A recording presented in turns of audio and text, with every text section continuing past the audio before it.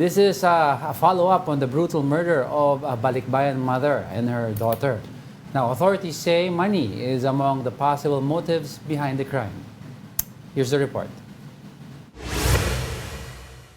A Balikbayan mother and her daughter had been missing for almost a month until they were found dead in the backyard of a family member in Tayabas, Quezon on March 14.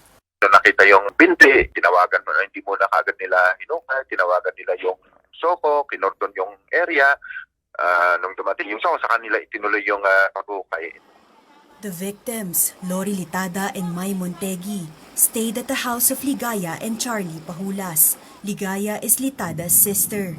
Noong February 21 po ng umaga, ang sabi po sa akin nung tita ko rin, which is si Ligaya po, na nag-away daw po yung si Mai, which is yung pinsan ko po, isa sa nawawala, at yung tita ko po na si Lori Litada. Nag-away daw po nung gabi, tapos Japanese, di daw po nila maintindihan at nagpatid sa kanila ng 1:30 ng madaling araw. Pero hindi po nila mapatunayan na naihatid po nila yung mag-ina sa sakayan ng bus. Litada's relatives say they still received messages from her social media account.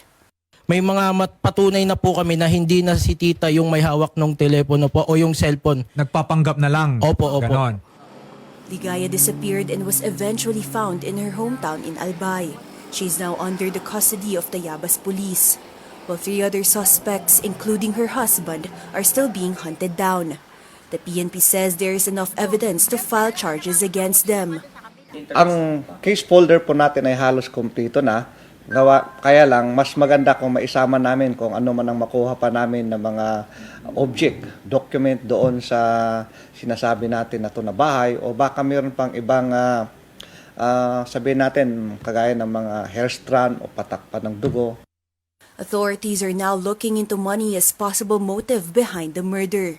Well, isang tinitignan po natin is personal grudge and possibly money matters. It was reported na may dalaw daw pong pera po itong biktima natin when they arrived from Japan.